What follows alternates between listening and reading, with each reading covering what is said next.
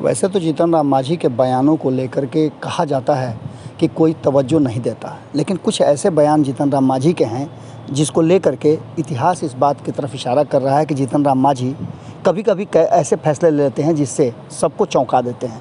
आपको याद होगा कि जिस तरह से 2015 में जीतन राम मांझी ने एक फ़ैसला लिया था, उन्हें नीतीश कुमार और जदयू की तरफ से मुख्यमंत्री बनाए जाने के बाद अचानक से उन्होंने सब कुछ बदल दिया था। सारा चीज़ बदलने के बाद जदयू और नीतीश कुमार को ऐसा लगा था कि जीतन राम मांझी अब उनके हाथ से निकल रहे हैं। उसके बाद क्या हुआ वो पूरी कहानी आप जानते हैं।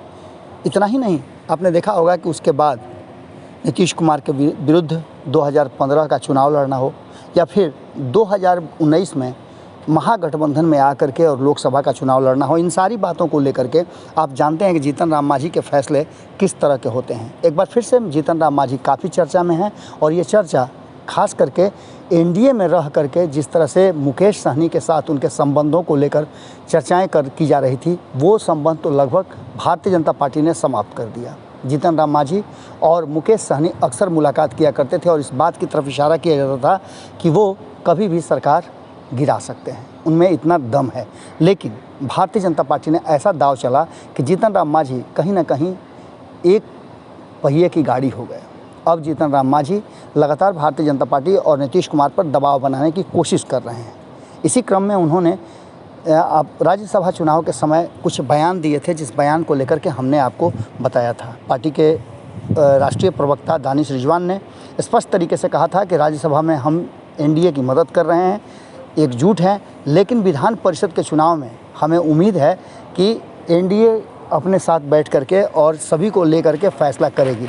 इन सारी बातों को लेकर अब मामला उल्टा पड़ता दिख रहा है। जहां एक तरफ आपको पता है कि जीतन राम मांझी को छोड़ करके जदयू और भारतीय जनता पार्टी ने सीट का बंटवारा कर लिया है, वहीं जनता दल यूनाइटेड को मांझी की ज़रूरत पड़ेगी। उनके बिना ये पूरा का पूरा विधान परिषद के चुनाव में एक सीट का मामला लटक जाएगा।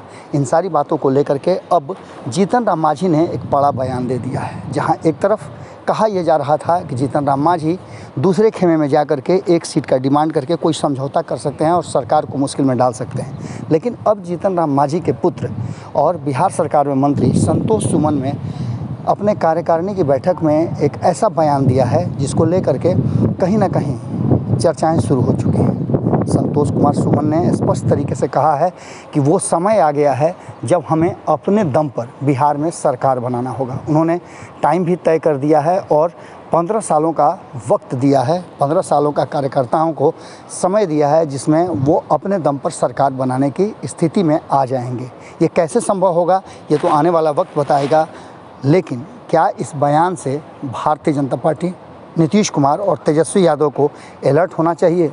जीतन राम मांझी के पुत्र संतोष सुमन के इस बयान के बाद चर्चाएं जमकर हो रही हैं और देखना होगा कि क्या जीतन राम मांझी और उनके पुत्र ने ये बयान तब दिया है जब उन्हें कहीं ना कहीं मजबूरन हो या जिस कारण से भी हो एनडीए के घटक दलों को और एनडीए के उम्मीदवारों को समर्थन करना पड़ेगा। नीतीश कुमार कॉन्फिडेंट हैं कि जीतन राम मांझी कहीं और नहीं जा रहे हैं, सिर्फ राजनीतिक माहौल क्रिएट कर रहे हैं और इसके बदले में उनको कुछ चाहिए, उसकी बातें अब आगे चल के तय होंगी। लेकिन एक बात तो तय है कि जीतन राम मांझी का वोट नीतीश कुमार के पक्ष में जाएगा, ये तो अब साफ नज़र आ गया है। जुड़े रहिए भारत लाइव के साथ, खबरों का सिलसिला लगातार जारी है। अगर ये वीडियो पसंद आई और वह बिहार के राजनीति और बिहारियत से सरोकार रखेनी तो सब्सक्राइब बटन दबा के चैनल के सब्सक्राइब कर ली। ओजे एगो घंटी बा, ओकरा बटन दबा देला से कुल सटीक और मारक खबर रुआ मुफ्त में मिल जाई।